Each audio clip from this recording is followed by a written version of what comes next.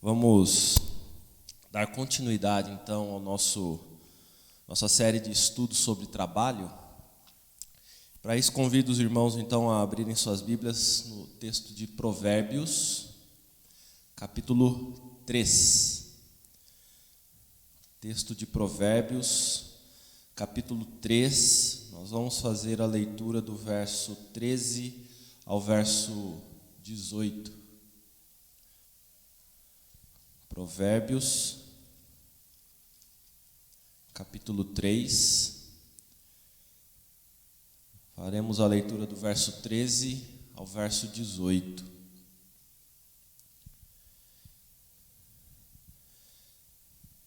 Diz assim o texto então em Provérbios, capítulo 3, a partir do verso 13. Feliz o homem que acha a sabedoria, e o homem que adquire conhecimento, porque melhor é o lucro que ela dá do que o da prata, e melhor a sua renda do que o ouro mais fino. Mais preciosa é do que pérolas, e tudo que podes desejar não é comparável a ela. O alongar-se da vida está na sua mão direita, na sua esquerda, riquezas e honra. Os seus caminhos são caminhos deliciosos, e todas as suas veredas, paz. É árvore de vida para os que a alcançam, e felizes são todos os que a retêm. Vamos orar mais uma vez? Pai bendito, estamos diante da Tua Palavra e suplicamos que o Senhor nos oriente, nos instrua e nos corrija, Senhor Deus, por meio da Tua Palavra, com a ação do Teu Santo Espírito. É em nome de Jesus Cristo que nós oramos. Amém, Senhor. Meus irmãos, nós já revendo o que já foi falado sobre trabalho, nós vamos ter que o significado do trabalho já foi exposto na lição 1. Depois, na lição 2, o entendimento do trabalho como bênção ou maldição. Depois nós vimos também a necessidade do descanso após o trabalho, na lição 3. Na lição 4, que já começa a dar um indicativo do que nós vamos trabalhar hoje na lição 5, foi tratado da vocação, do chamado. O que seria a vocação, o chamado de Deus então para o trabalho? E então, uma vez que Deus nos chama, nos vocaciona, nos direciona, nos coloca para o trabalho, vem uma questão importante: como nós nos preparamos para o trabalho? Então, hoje nós vamos refletir um pouco sobre a preparação do trabalho. Antes do trabalho, e diria que no momento que nós vivemos, até mesmo durante o trabalho, O processo, então, de formação nossa para o exercício do trabalho. E o texto, ele já nos provoca com o verso 13. O capítulo 3, ele começa, na verdade, com diversas orientações para a pessoa, Filho meu, não te esqueças dos meus ensinos, o teu coração guarde os meus mandamentos. Veja que já é o direcionamento de um pai falando com o filho para, olha, presta atenção no que eu estou te falando, naquilo que eu estou te ensinando. E nessa sequência, então, ele vem no verso 13 e fala, olha, feliz o homem que acha sabedoria, e o homem que adquire conhecimento. E depois ele começa a descrever, a falar sobre a sabedoria. Qual a consequência de nós adquirirmos sabedoria? Por que o homem que adquire e acha sabedoria, ele é feliz? Porque o lucro dela é melhor do que qualquer ouro ou prata. O lucro advindo da sabedoria é melhor do que o ouro ou que a prata. A sabedoria é mais preciosa do que pérolas. O alongar-se da vida depende da sabedoria. Os seus caminhos são deliciosos. A riqueza está numa mão e a vida está em outra, da sabedoria. A árvore da vida para os que alcançam é ela. Felizes então são os que retêm sabedoria. Mas eu tenho uma pergunta, para variar. Qual a diferença de sabedoria para conhecimento? Existe diferença de sabedoria para conhecimento? Existe diferença de conhecimento para informação? Pelo menos as 3 palavras são diferentes, né? Porque muitas vezes a gente acha que o ter muita informação significa conhecer as coisas. E às vezes a gente acha que conhecer muita coisa significa ser sábio. Contudo, são 3 coisas distintas. Informação, tudo aquilo que nós recebemos do mundo externo pelos nossos sentidos. O tato, quando você passa a mão aqui, você vai sentir algo diferente de quando você passa a mão nessa parte do braço, e isso é uma informação de textura sobre esses 2 objetos. O conhecimento vai ser, bom, isso daqui é um tecido maleável feito disso, daquilo, isso daqui é um plástico feito disso, daquilo. Eu conheço agora aquilo que eu tenho de informação. A sabedoria. Bom, esse material aqui, ele não é tão bom para a gente ficar sentado muito tempo. Por causa da forma como ele trabalha com calor, a forma como o meu corpo vai ficar nele, o quanto que ele deforma, o quanto que ele resiste. Mas esse daqui também não é bom, porque ele não vai aguentar muito tempo nessa outra característica aqui, ou ele não é próprio para isso, para aquilo, seria bom que ele fizesse isso, seria bom que ele fizesse aquilo. Aí eu estou pensando na funcionalidade, eu estou refletindo sobre esse conhecimento. A sabedoria, ela tem esse sentido de pegar conhecimento, transportar para a vida e fazer com que a gente consiga analisar o benefício, o malefício para a tomada de decisão. Não é só informação que faz você tomar uma boa decisão, não é só conhecimento que faz você tomar uma boa decisão, mas a sabedoria. E é lógico que eu usei um exemplo muito simples aqui. Veja que a sabedoria, então, é a cereja do bolo, é o suprassumo, é o melhor que tem para a gente. Mas ela não vem sem conhecimento. E o conhecimento também não vem sem informação. A sabedoria, ela não brota do nada, ela não nasce do nada. Portanto, há a necessidade de nós nos dedicarmos de nós nos direcionarmos para, e de nós nos formarmos a ponto de adquirir sabedoria. Então, o primeiro dos 3 aspectos aqui com relação ao que nós podemos trabalhar sobre a formação tem a ver com a sabedoria que deve ser adquirida, porque ela tem uma importância para nós. Mas essa importância, ela mudou com o tempo. E eu diria, aliás, que o estudo, porque aí vem então uma necessidade de estudar, né? Porque o conhecimento, ele não brota do nada, então ele vai ter que ser aprendido. Então o estudo, ele tem uma necessidade, mas qual que é a sua necessidade e importância hoje? Será que o estudo, a importância do estudo hoje, ela sempre foi igual? Sempre se precisou da mesma quantidade de dedicação de estudo que nós temos hoje? Vou dar um exemplo. Meu avô, né, já faleceu, com seus 80 e poucos anos, ele estudou até o que se chamava 4ª série, né, que hoje seria 5º ano do ensino fundamental. Com a 4ª série, meu avô, ele começou a trabalhar, ele trabalhou em funerária, ele trabalhou em restaurante, logo desde adolescente. Aí ele conseguiu trabalhar em retífica de motores, ele chegou a ser gerente, vendedor, gerente de retífica, cuidou da rede de retíficas, né, na região ali, viajava em outras cidades, chegou até no finalzinho já, quase no finalzinho da sua carreira, a ser administrador da Santa Casa de Ourinhos. Então ele chegou a ser administrador da Santa Casa de Ourinhos. E depois, então, já aposentado, abriu uma loja de móveis usados e ali ele foi até o tempo que aguentou trabalhar.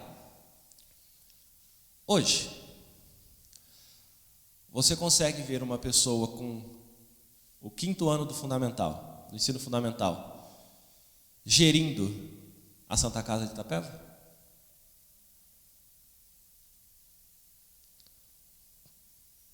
Difícil, né? Não sei nem se o posto de saúde ele vai conseguir dar conta, ou se ele vai poder gerir o posto de saúde, né? Muito do trabalho executado e que demandava uma formação pequena continua existindo hoje. Vou um tempo antes ainda, porque antes do meu avô conseguir fazer tudo o que ele fazia, até com o 5º ano do fundamental, existiam pessoas que conseguiam prosperar na sua vida e que provavelmente vocês conhecem, que eles não estudaram até a 4ª série.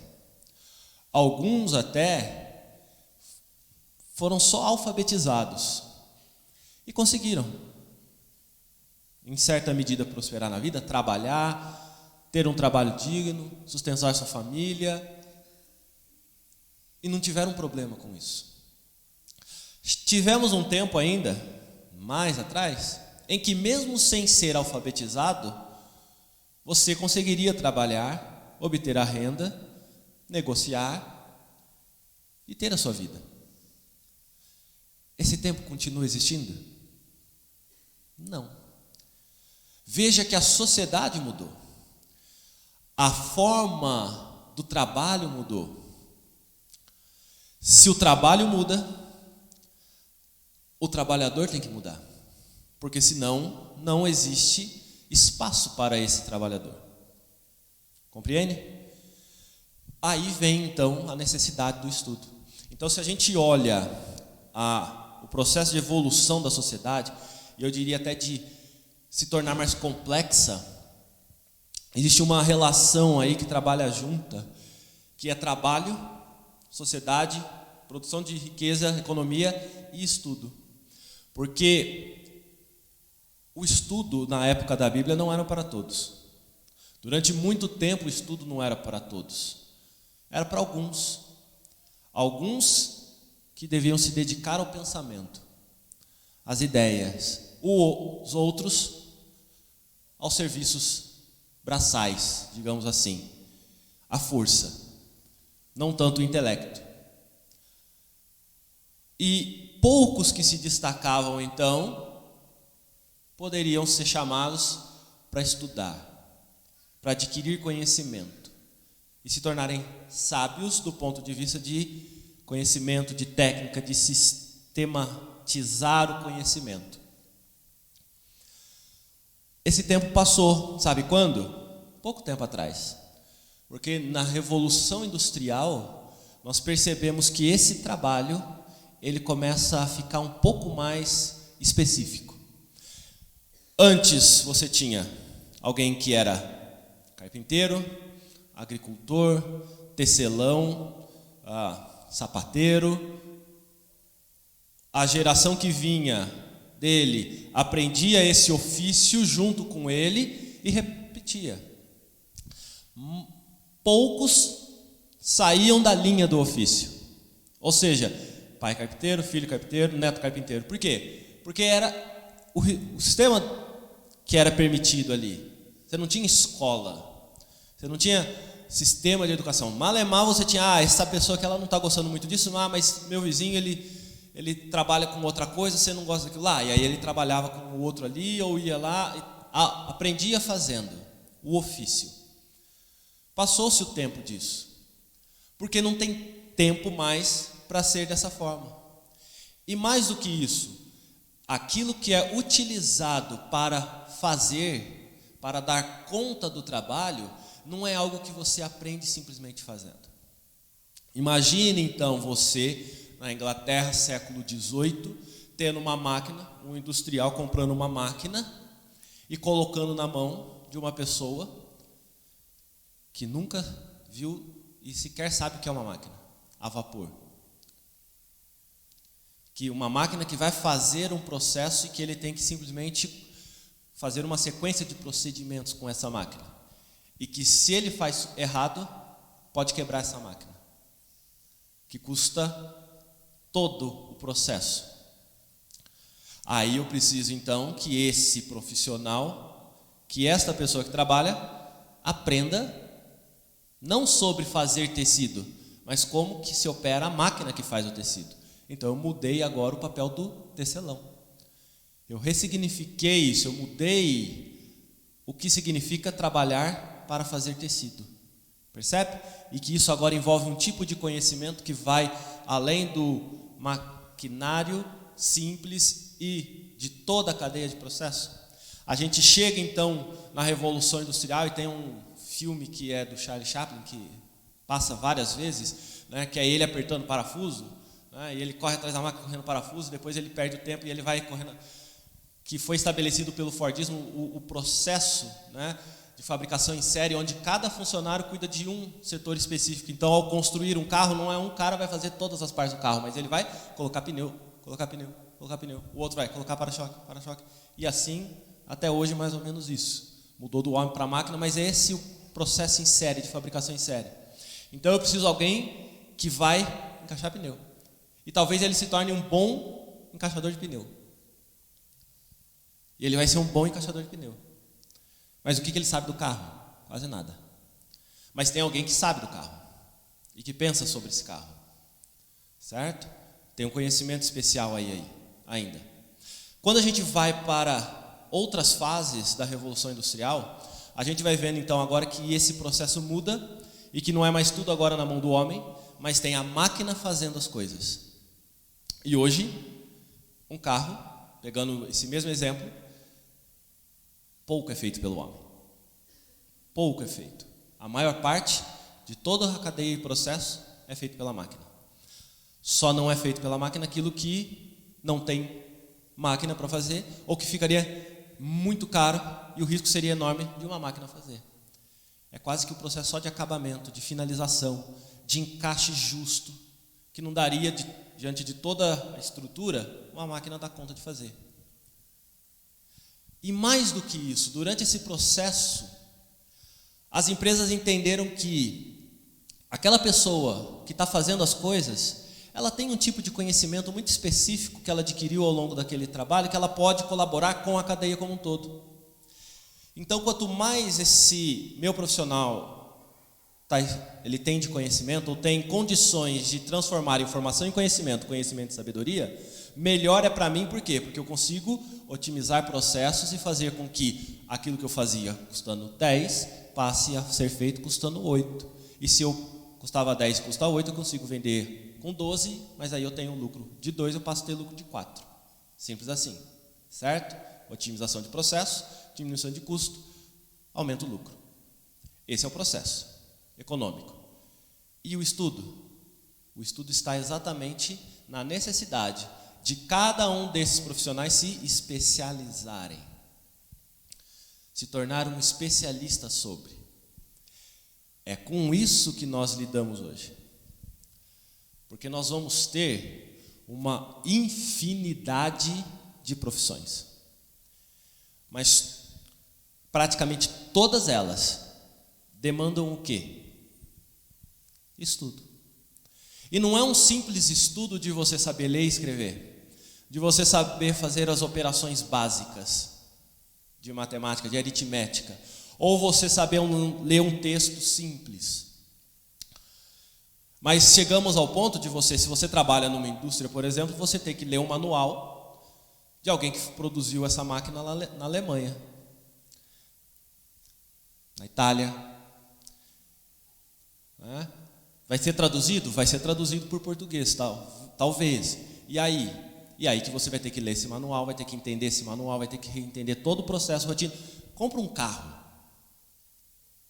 carro zero, manual desse tamanho, dessa grossura aqui, para explicar toda a eletrônica que tem no carro, para explicar todo o funcionamento do carro.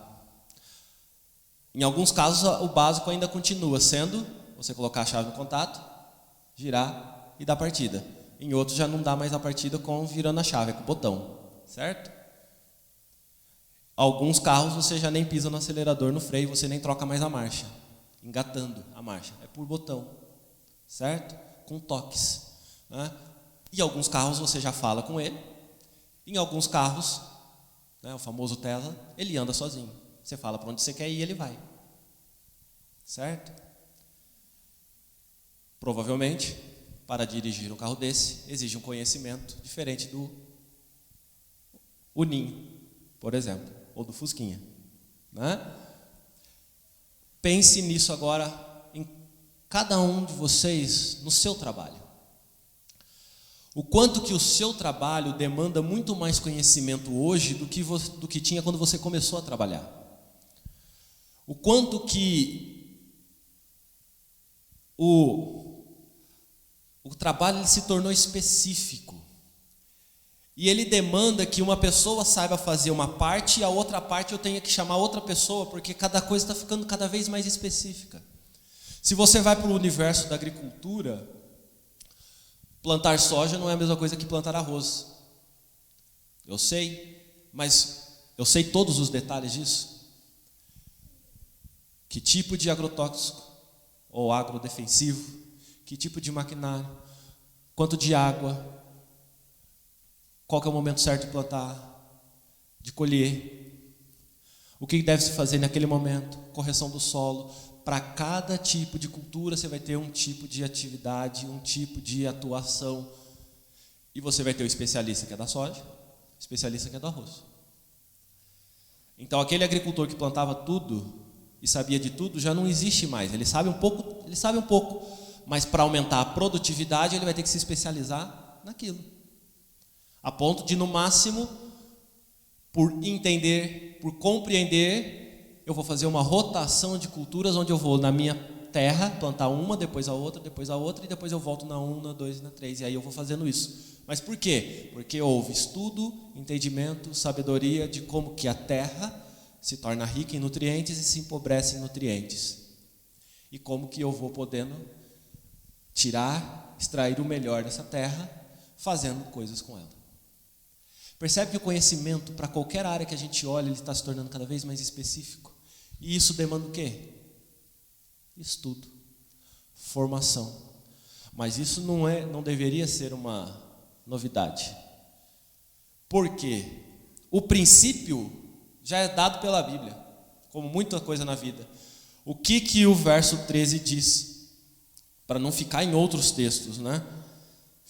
Feliz o homem que acha sabedoria e o homem que adquire conhecimento. Por quê? Porque melhor é o lucro que ela dá do que a prata e o ouro.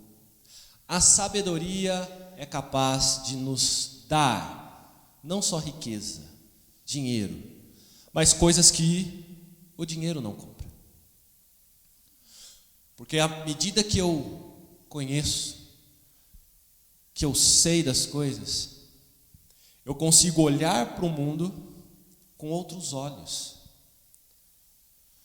Se você tiver a oportunidade de conversar com pessoas, ou se já teve a oportunidade de conversar com pessoas analfabetas e que aprenderam a ler, você vai ver o quanto de mundo se abriu para ela, porque ela consegue ler.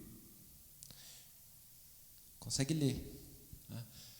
O quanto que o conhecimento ele liberta a pessoa, ele abre horizontes para as pessoas.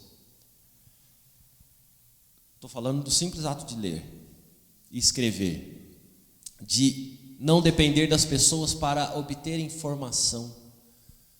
Mas isso também não é suficiente, porque hoje nós vivemos um cenário da qualidade da educação que está produzindo pessoas que sabem ler e escrever, mas que não compreendem o real significado do que leem e escrevem.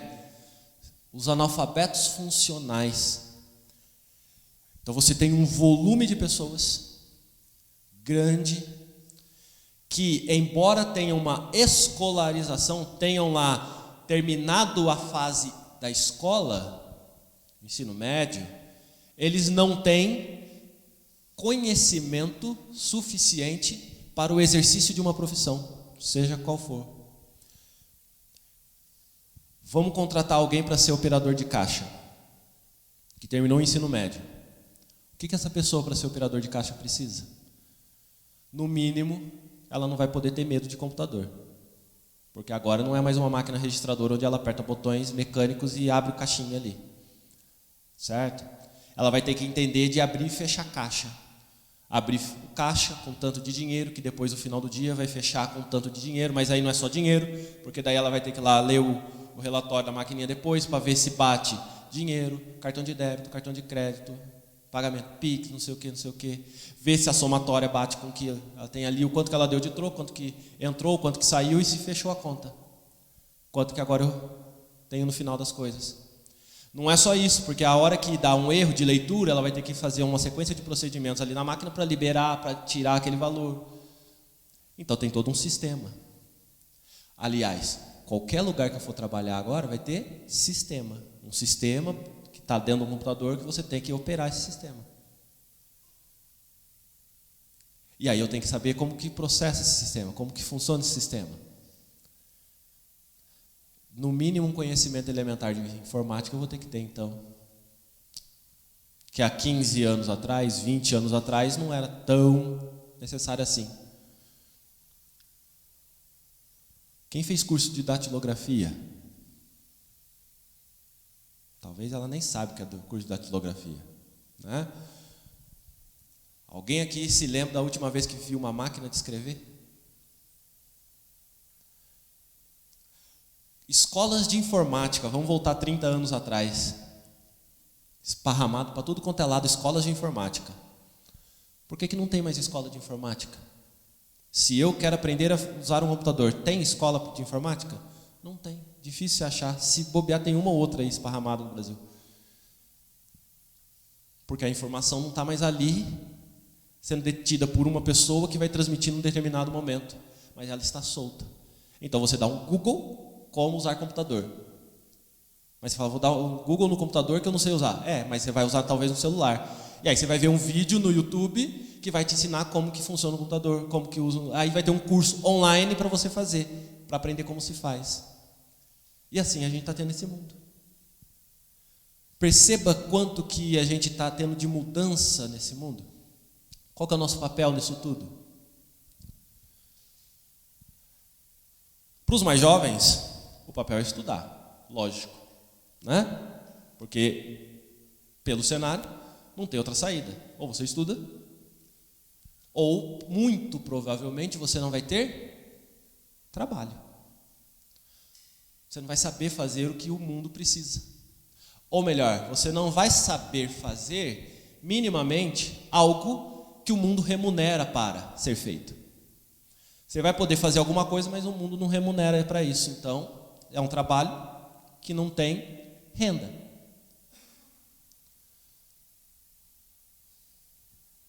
Então, nós precisamos estudar. De cara, nós precisamos estudar. Mas isso talvez seja encarado assim. Essa geração que está vindo tem que estudar. O seu trabalho que você exerce hoje, ele era o mesmo há 10 anos atrás? Há 5 anos atrás?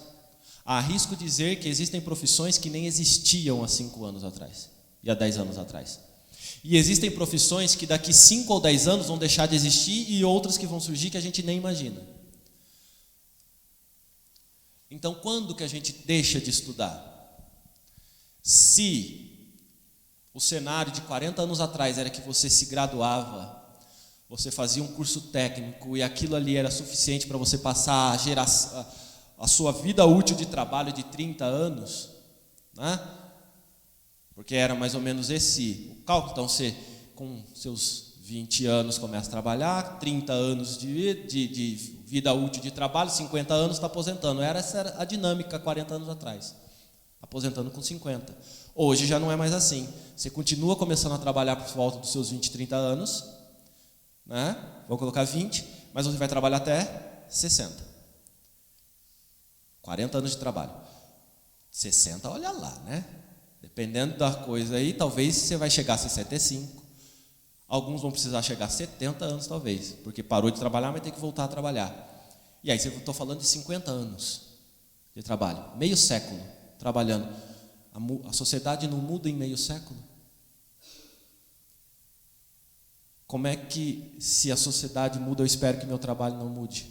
Portanto, está sendo demandado, solicitado de cada um de nós que trabalha, o quê? Que continue estudando. Não basta você ter se formado, porque a formação continua ao longo da sua carreira profissional. Em qualquer lugar.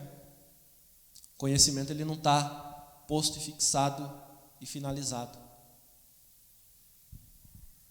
Então cabe a nós pais não só incentivarmos os nossos filhos a estudar, mas nós também estudarmos pelo nosso trabalho.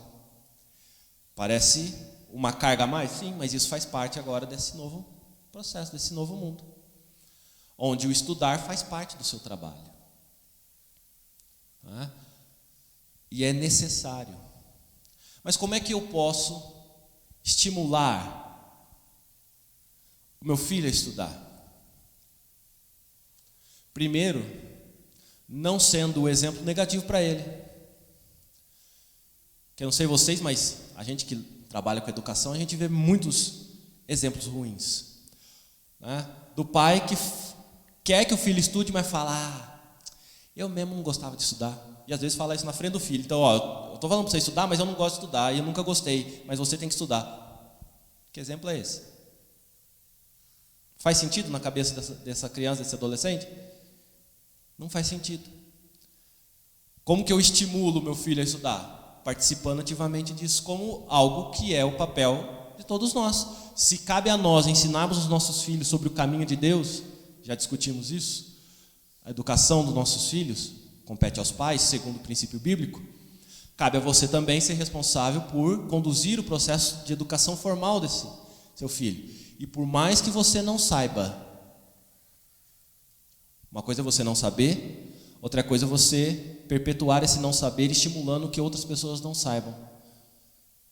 Então eu não sei, mas eu vou sentar com você e eu vou te ajudar naquilo que é possível. Vou te amparar, vou te dar força, vou te dar ânimo, e se for o caso eu tento até aprender com você. Dá trabalho? Dá trabalho. Mas é para isso que nós somos pais e mães. Para educar uma geração futura. Porque como o próprio texto de Provérbio diz, 22, verso 6, ensina a criança no caminho que deve andar, que quando velho, não se desviará dele. Ensina a criança. Compete aos pais ensinarem. Mas veja que esse estímulo, ele passa por um processo de orientação que, há muito tempo, tem sofrido uma certa distorção e continua acontecendo hoje. Como isso? Bom, é o médico que fala que seu filho ele só vai ser gente na vida se ele continuar sendo médico. O advogado que força seu filho a ser advogado.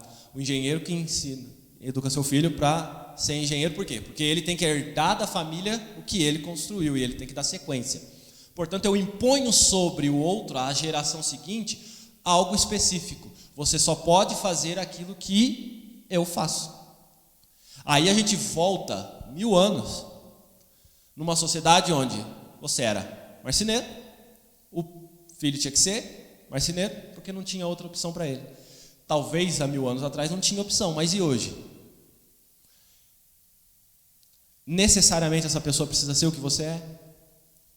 E aí vem algo importante para a gente entender, que já foi falado aqui sobre trabalho, que é o significado do trabalho. Existe trabalhos mais honrosos do que outros trabalhos? Todo mundo pensa, todo mundo entre aspas, né? Como é lindo meu filho ser médico, meu filho ser engenheiro. Ai, que horrível seria meu filho sendo lixeiro, coveiro. Tá, pensa numa sociedade sem lixeiro. Pensa, você produzindo o lixo da sua casa, colocado na rua, dia sim, dia não. No caso lá, segunda, quarta e sexta eu posso colocar e alguém leva ele. E magicamente ele não está mais na minha casa. Pensa uma semana sem esse lixeiro. Pensa 2 semanas sem esse lixeiro.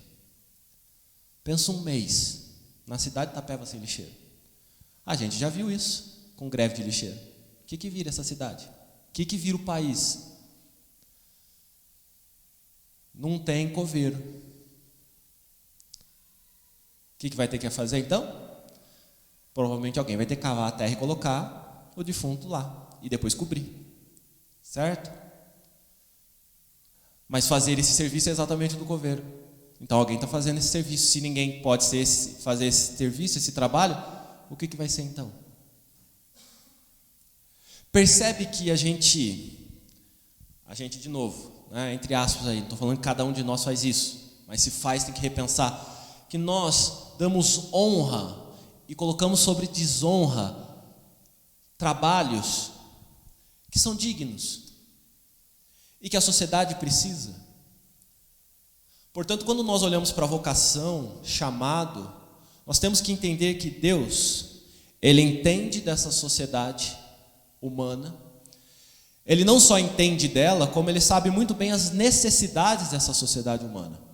E Ele dotou e dota cada um dos seres humanos que nasce com condições físicas, emocionais, cognitivas para o exercício do trabalho.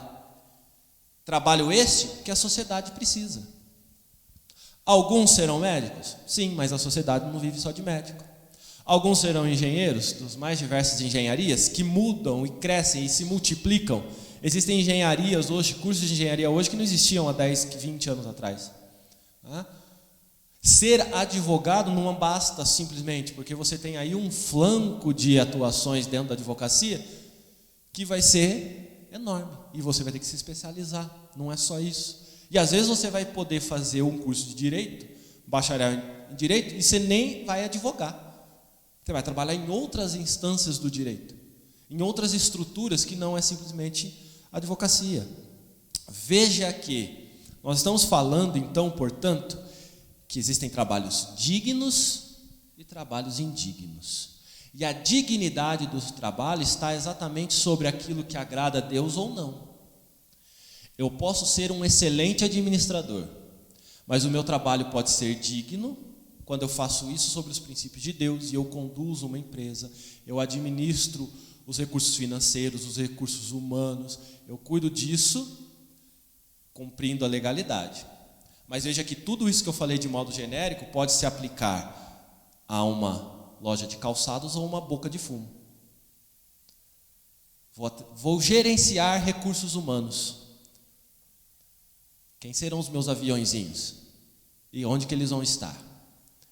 Onde que tem melhor renda? Onde que não? Onde que eu vou sofrer resistências? Ou seja, vai ter base da polícia, ali eu não posso. Percebe que o conceito, a ideia, a técnica serve para o mal ou para o bem? Eu posso ser um excelente administrador de um ponto de tráfico de drogas. É legítimo? É digno? Não. Então a dignidade não está tão somente na profissão. Eu posso ser um químico, um engenheiro químico, que eu posso trabalhar numa indústria farmacêutica, ou eu posso produzir metanfetaminas, drogas. Entende? A questão ética se instala nessa discussão de dignidade ou não.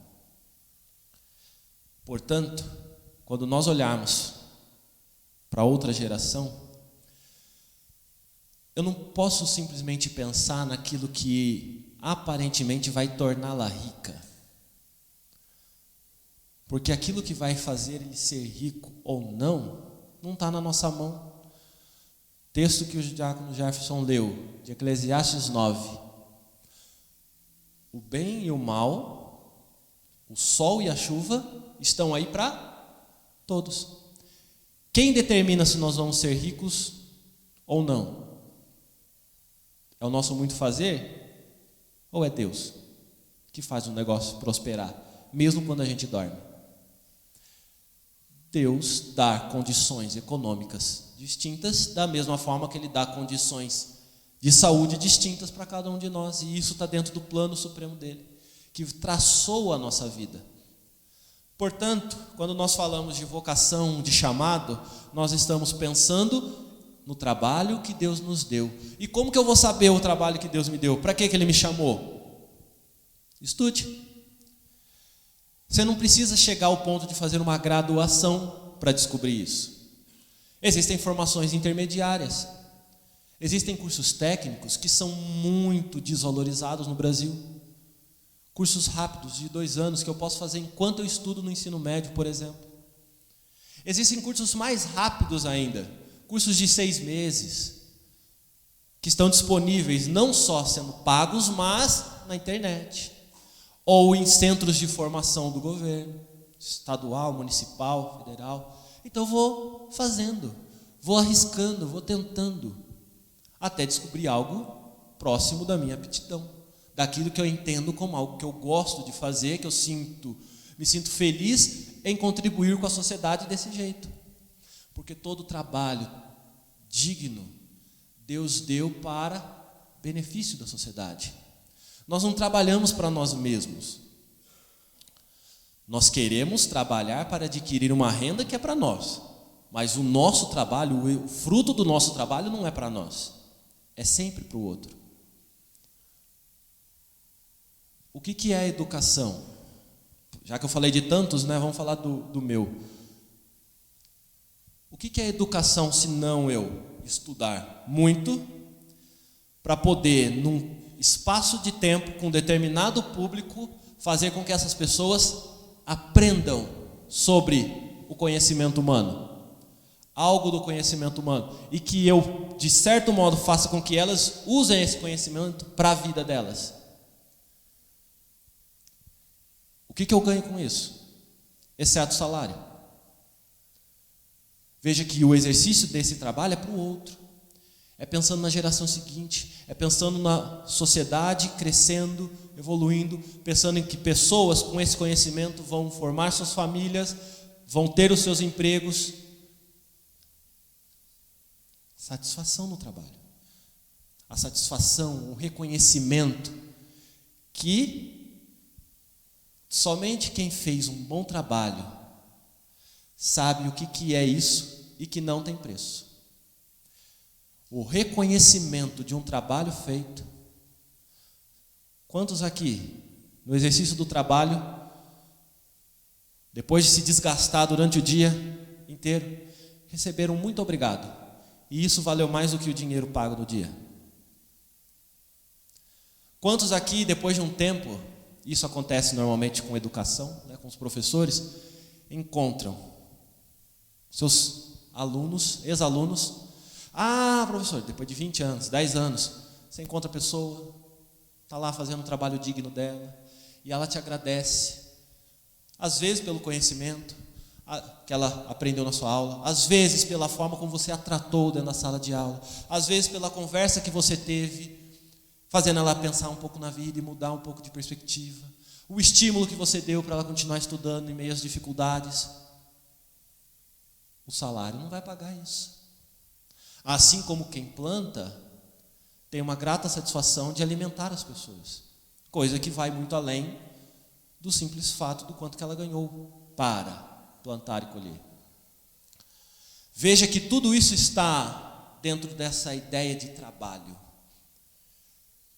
Mas um trabalho, ele vai ser bem executado, bem feito, e ele vai de fato auxiliar a sociedade quando existe sabedoria no seu exercício.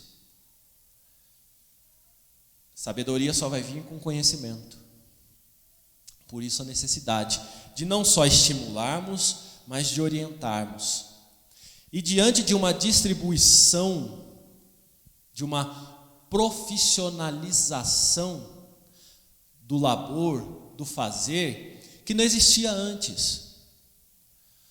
Hoje, existem profissões e existem atividades remuneradas, que às vezes nem são profissões ainda, não está na tabela do governo classificada como profissão, e que em alguns casos, aí para ser até um contrassenso do que eu acabei de falar, que você nem faculdade vai ter que fazer para isso.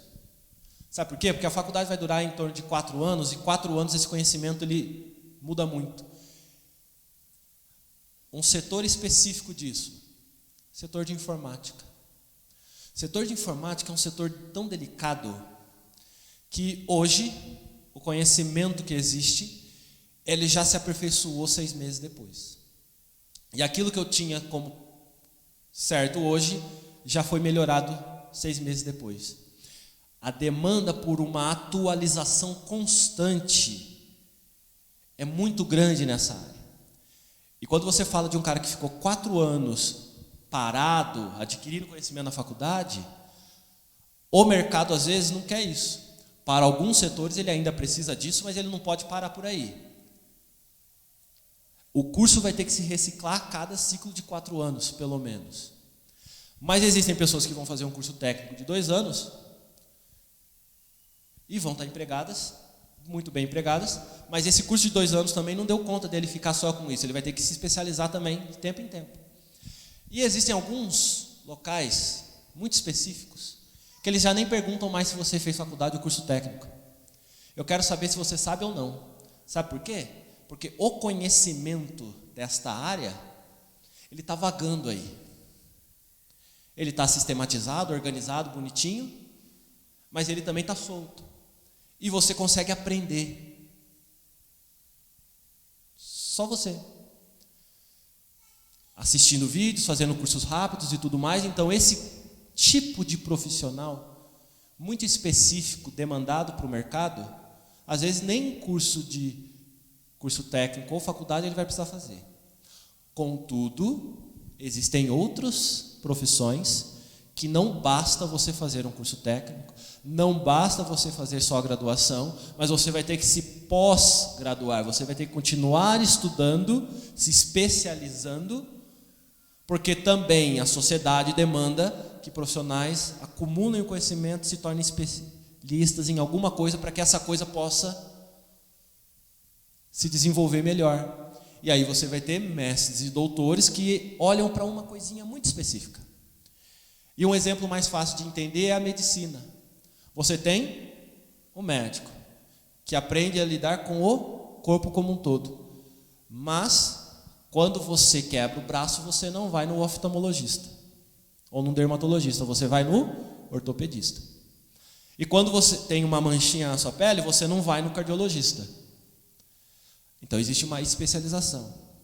E a depender do seu problema ósseo, vai ter o especialista do joelho, vai ter o especialista do quadril, vai ter o especialista de cada uma das partes do osso, da estrutura esquelética.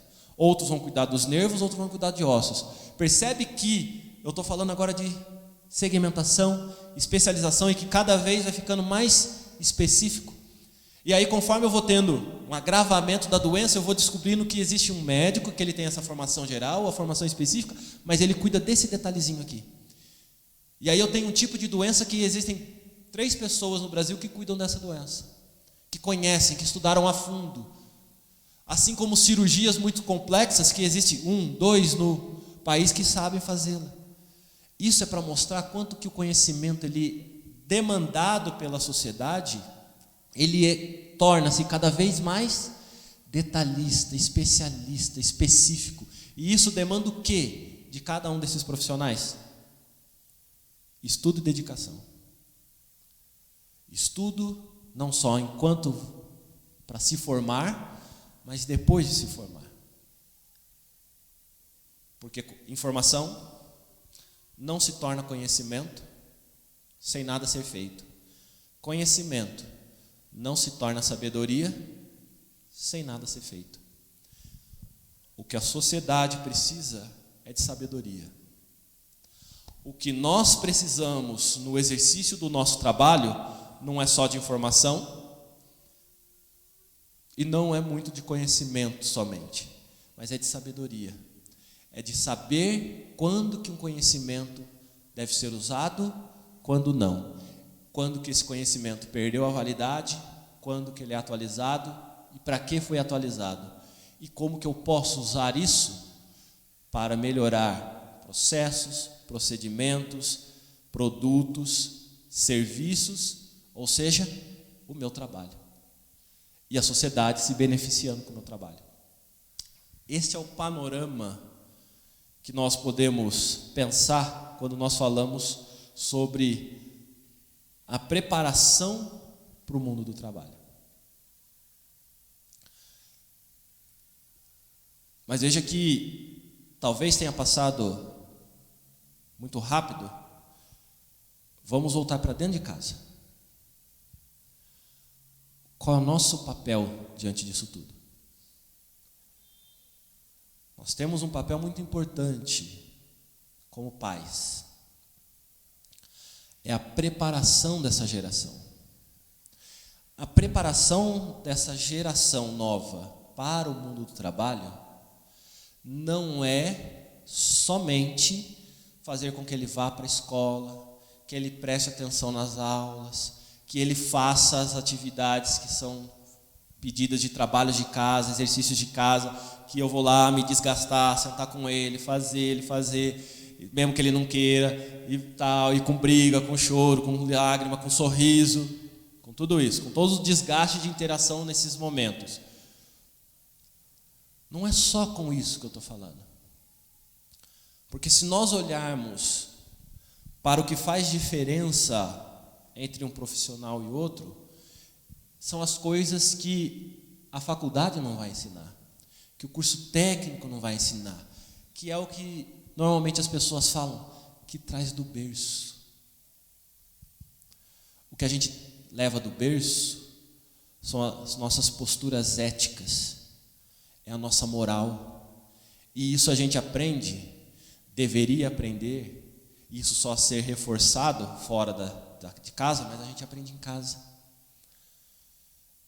Você ser honesto no seu trabalho, por mais que o professor fale de como que você tem que agir de modo honesto, por causa de uma questão legal, ou você cumpre a lei ou você é criminoso, em casa é que se aprende a ser honesto. É em casa que eu vou aprender o valor de falar a verdade e não de falar a mentira. É em casa que eu vou aprender o que significa de fato roubar, enganar, para não fazer isso. É em casa que eu vou aprender um princípio muito importante, que o meu trabalho, em última instância, ele é feito para quem? Para agradar ao meu cliente? Para agradar o meu chefe? Ou ele é feito para Deus? Veja que esse significado do trabalho como graça de Deus e trabalho como forma de agradecer a Deus, como forma de obtermos nosso sustento, sustentarmos nossa família e de inclusive conseguirmos ter condições de desfrutar dos prazeres que novamente Eclesiastes 9, dito pelo Diácono Jefferson, ele nos provoca a reflexão. Todos esses valores, eles podem ser ensinados fora de casa, mas quem que deve ensiná-los de fato? Onde eles devem ser aprendidos de fato? Dentro de casa. Saber que o trabalho é para a honra e glória de Deus e que, portanto, tendo um chefe bom ou ruim, agradável ou não, tendo bons clientes ou não, tendo condições favoráveis ou não, eu devo fazer o meu trabalho para a glória de Deus. Isso não se aprende lá fora.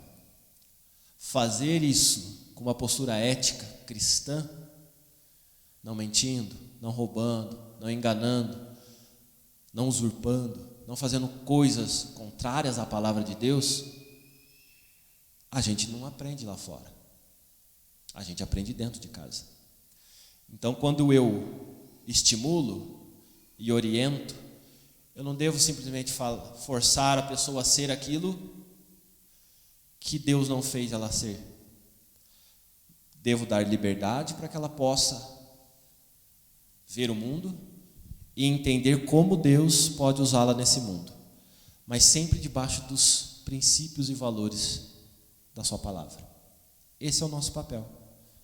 Ao invés de escolhermos a profissão de nossos filhos, nós devemos orientá-los a fazer o que eles quiserem fazer para a glória de Deus.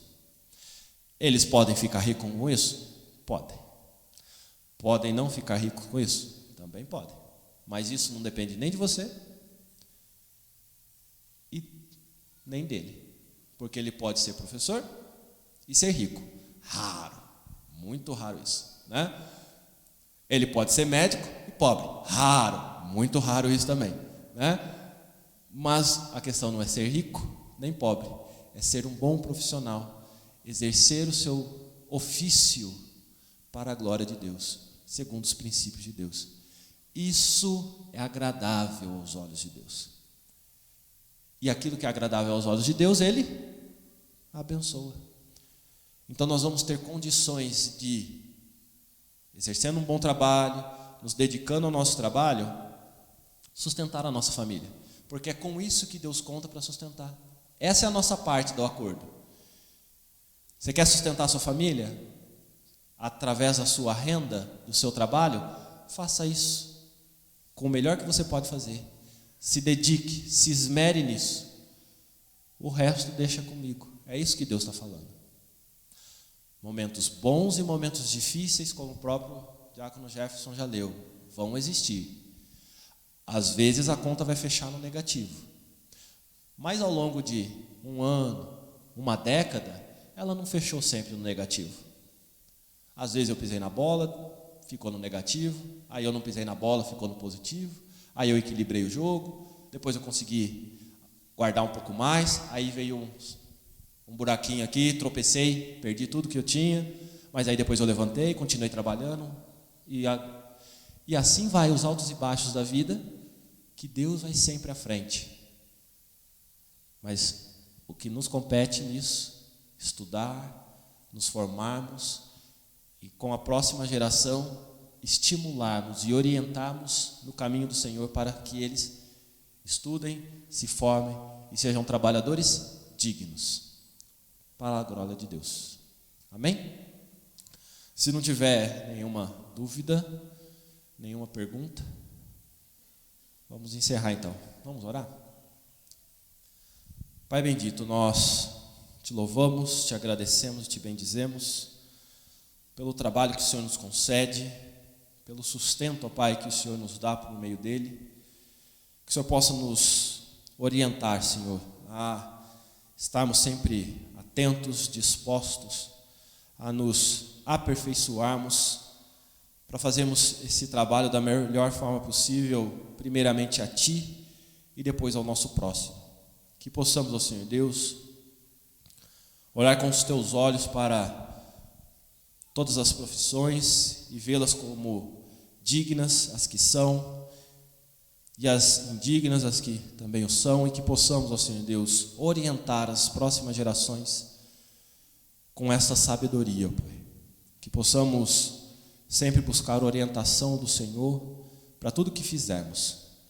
Para a honra e glória do Teu nome é que nós oramos. Amém, Senhor.